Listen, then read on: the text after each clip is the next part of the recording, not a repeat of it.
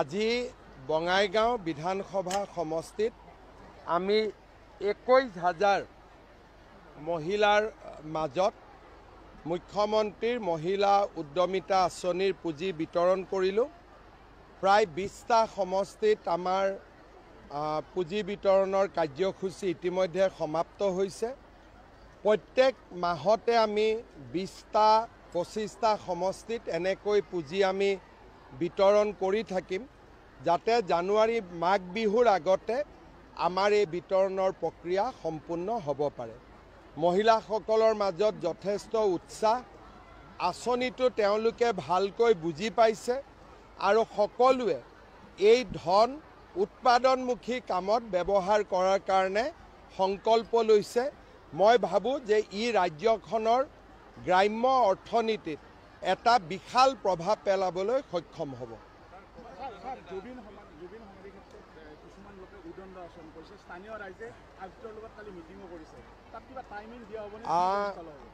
যোৱাকালি স্থানীয় ৰাইজে জিলা আয়ুক্তৰ লগত এখন সভা কৰিছে আৰু কেইটামান প্ৰস্তাৱ লৈছে।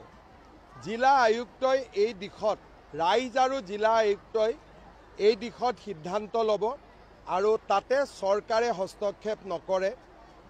যোৱাকালি মিটিং হৈছে, গতিকে অহা কালি পৰহি যি প্ৰস্তাৱ আছে লাহে লাহে জিলা আয়ুক্তই তাক ৰূপায়ণ কৰিব, কিন্তু চৰকাৰ বা ৰাজ্য চৰকাৰে ইয়াত হস্তক্ষেপ নকৰে। এইটো তেওঁলোকে আলোচনা কৰি আছে, আমি এক্সপাৰ্ট কমিটি কৰি দিছোঁ। তেওঁলোকক চবকে সময়সীমা দি থাকিলে তেওঁলোকে মুখ্যমন্ত্ৰীক বেয়া পাব নহয়। চবতে যদি ডেট দি থাকোঁ কেতিয়ালৈ চবতে ডেট দি থাকিলে বিশেষজ্ঞসকলে বেয়া পাব মোক, গতিকে মই ডেট দিয়া কামটো নকৰোঁ। যোৱাকালি কোকৰাঝাৰত আমাৰ এক প্ৰকাৰ ক'ব গ'লে ৰাজ্যবাসী এটা ভয়াৱহ দুৰ্ঘটনাৰ পৰা হাত সাৰিব পাৰিছে। ৰাতি প্ৰায় পুৱতি নিশা 3মান বজাত, মোৰ টাইমটো অলপ ভুল হ'ব পাৰে, 3টা বজাত DGPয়ে মোক ফোন কৰি কৈছিলে যে আমাৰ এটা বিশেষ ৰেলৰ অংশ IED ব্লাষ্ট কৰি উৰুৱাই দিয়া হৈছিলে। ৰেল এখন পাৰ হৈ গৈছিলে, লোক পাইলটগৰাকীয়ে দেখা পায় আৰু তেওঁ আমাক ৰেলৱেক খবৰ দিয়ে, ৰেলৱে পুলিচক খবৰ দিয়ে। ঘটনাৰ লগত জড়িত এজন ব্যক্তিৰ নাম আমি পাইছোঁ, পুলিচে অনুসন্ধান কৰি আছে। কিন্তু এই গোটেই ঘটনাটো যদি সেই লোক পাইলটগৰাকীৰ চকুত নপৰিলেহেঁতেন, হয়তো আজি আমি পুৱতি নিশালৈ বহুত বেয়া খবৰ এটা শুনিবলগীয়া হ'লহেঁতেন। মই ৰাতিয়ে কোকৰাঝাৰ পুলিচে গৈ ঘটনাৰ তদন্তও কৰে আৰু ৰাতিৰ ভিতৰতে ৰেল লাইনটো মেৰামতি কৰি দিয়াও হয়। এতিয়া ৰেল লাইনত সাধাৰণভাৱে ৰেলগাড়ী চলিব আৰম্ভ কৰিছে। মই ডিটেইলছ ক'ব খোজা নাই। এজন ব্যক্তিক আমি চিহ্নিত কৰিছোঁ আৰু সেই ব্যক্তিজনৰ বিৰুদ্ধে অসম আৰু ঝাৰখণ্ড দুয়োখন ৰাজ্যতে বিভিন্ন গোচৰ আছে। খুব সম্ভৱ আমি বা অসম পুলিচে প্ৰচেষ্টা কৰি ব্যক্তিজনক গ্ৰেপ্তাৰ কৰিবলৈ সক্ষম হ'ব। আমি ব্যক্তি এজনক চিনাক্ত কৰিছোঁ। ব্যক্তিজনৰ পিছফালে কোনোবা সংগঠন আছে বা নাই, সেইটো পৰৱৰ্তী পৰ্যায়তহে ধাৰণা কৰিব পৰা যাব।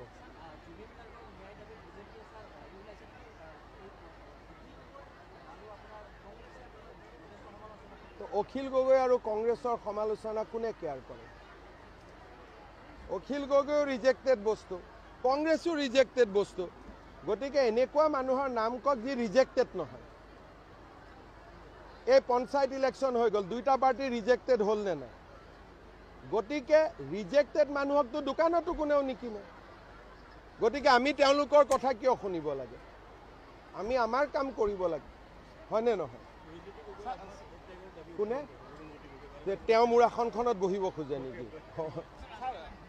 তেনেকৈ শ্বৰ্টকাটত কাম নহয়।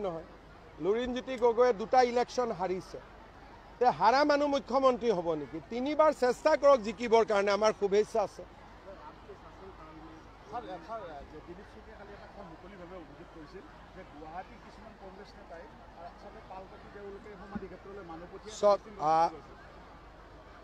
জুবিন গাৰ্গৰ যিটো আদৰ্শ আজি সেই আদৰ্শৰ বিপৰীতেই চব কাম হৈ আছে। জুবিন গাৰ্গে তেওঁৰ শৰীৰতে মহাদেৱৰ টেটু বনোৱা আছে। তেওঁ এজন শিৱ ভক্ত আছিল। এতিয়া তেওঁক লগাই দিয়া হ'ল মোৰ জাতি নাই ধৰ্ম নাই। মোৰ জাতি নাই ধৰ্ম নাইটো কাঞ্চনজংঘা চিনেমাৰ এটা ডাইলগ। কিন্তু জুবিন গাৰ্গে এজন আমাতকৈ ডাঙৰ শিৱ ভক্ত আছিল।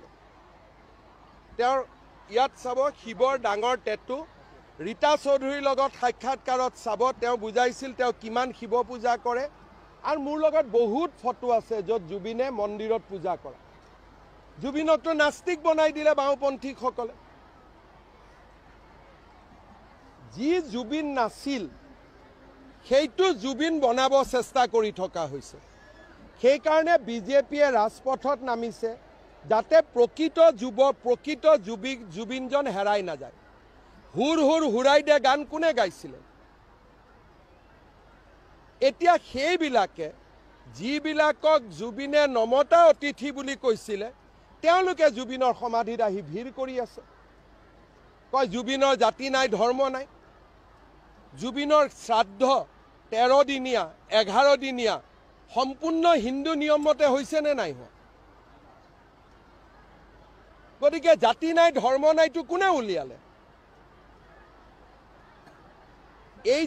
এই গোটেই জুবিনৰ সন্মুখত লৈ সনাতন হিন্দু ধৰ্মক দুৰ্বল কৰিব বিচৰা হৈছে। গতিকে এই কথাবিলাক আমি একমাহ নোযোৱা কাৰণে কোৱা নাছিলোঁ। এতিয়া আমি সকলোকে বিতৰ্কলৈ মাতিছোঁ যে আমাক দেখুৱাই দিয়ক জুবিনৰ ধৰ্ম নাছিল বুলি, জুবিনৰ জাতি নাছিল বুলি। কাঞ্চনজংঘা চিনেমাৰ এটা ডাইলগ তাক কিমান অপব্যৱহাৰ কৰি আছে বাওঁপন্থীসকলে আপোনালোকে চিন্তা কৰক। কয় আজি আপোনালোকে কৈ আছে যে বোমা কিয় মানুহে ফুটালে? কালি প্ৰেছ ক্লাবৰ ইলেকশ্যনৰ পিছত কিয় বোমা ফুটালে সাংবাদিকসকলে? দেৱালীত ৰাইজে বোমা ফুটালে সমালোচনা কৰিলে। কালি প্ৰেছ ক্লাবৰ ইলেকশ্যনৰ পিছত একেবিলাক সাংবাদিকে বোমা ফুটাই দিলে। তাৰমানে হিন্দু ধৰ্মৰ নামত বোমা নুফুটাব আৰু আমাৰ যি মন যায় আমি তাকে কৰি থাকিম। ৰাজনীতি নহয়। জুবিন যেন হিন্দু বিৰোধী আছিল, জুবিনৰ যেন ধৰ্ম নাছিলে, তেনেকুৱা পৰিৱেশ এটা অসমত সৃষ্টি কৰিব খোজা হৈছে যাতে উচ্ছেদ হ'বলগীয়া মানুহবিলাকে নিৰাপত্তা পায়। যাতে এই যি আমি এটা অসমক জাতি মাটি ভেটি বচাবৰ কাৰণে এটা আমি তীব্ৰ গণ চিন্তা কৰিছোঁ তাক যাতে স্তিমিত কৰিব পৰা যায়। নেপথ্যত বাওঁপন্থীসকল, অখিল গগৈ এইবিলাকে আছে, কংগ্ৰেছ। ক'ৰবাত এনেকুৱা নিয়ম দেখিছে নেকি যে সমাধিত গ'লোঁ সাফৰেদি খুলি আমি তাতে মদ ঢালি দিলোঁ? এইটো আত্মা ভগৱানৰ অংশ হয়। কি জুবিনক অসমীয়া জাতিয়ে কি মদেদি পূজা কৰিব নেকি? এইবিলাক নিয়ম কোনে কৰি আছে? যে জুবিনৰ বিষয়ে যাতে অহা 100 বছৰত এটা মানুহৰ মনত বিৰূপ মনোভাৱৰ সৃষ্টি হয়। 100 বছৰ পিছত নৱপ্ৰজন্মই জুবিনক কেনেকৈ চিনিব? জুবিনৰ গানেৰে নহয়, যেন জুবিন এজন মদ ভাল পোৱা ব্যক্তি আছিল। জুবিনৰ গানেদি আমি জুবিনক স্মৰণ কৰিম। জুবিনৰ সমাধিত সাফৰেৰে মদ ঢালি নহয়। আজি যোৱা 1 মাহত যোনে যি পাৰে তাকে কৰি আছে। ভাবিছে সকলো নীৰৱ হৈ যাব। আমাৰ নীৰৱতা এমাহৰ নীৰৱতা আছিলে। এতিয়া ঢালকচোন কোনোবাই অহাকালিৰ পৰা। মই জুবিনক কেতিয়াও মদৰ লগত পৰিচিত ব্যক্তি বুলি জানিব নিদিওঁ। জুবিনক মই মায়াবিনী হুৰ হুৰ হুৰাই দিয়া গানেৰে সমৃদ্ধ এজন জাতীয় বীৰ হিচাপে জানাৰ বাবে আমি কাম কৰিম। এইবিলাক কি চলি আছে? এইবিলাক কি চলি আছে? কোনে চলাই আছে? অখিল গগৈয়ে পাল পাতি মানুহ পঠিয়ায়, কংগ্ৰেছে পাল পাতি মানুহ পঠায়। প্ৰচেষ্টা হ'ল যে জুবিনক এজন যেন তেওঁ মদৰ বাবে মদক বাদ দি একোৱেই নাজানিছিল তেনেকুৱা ব্যক্তি হিচাপে প্ৰতিষ্ঠা কৰা। এইটো ভুল নকৰিব। জুবিনে মদ নাখাইছিল, খাইছিল যদিও কিবা দুখত খাব পাৰিব, কিবা কাৰণত খাব। আৰু মদ নোখোৱা জুবিনজনক মই লগ পাইছোঁ। এইটো কোনেও এনেকুৱা ধাৰণা নিদিব যে জুবিনে 24 ঘণ্টাই মদ খাই আছিলে। ভুল কথা হৈ আছে।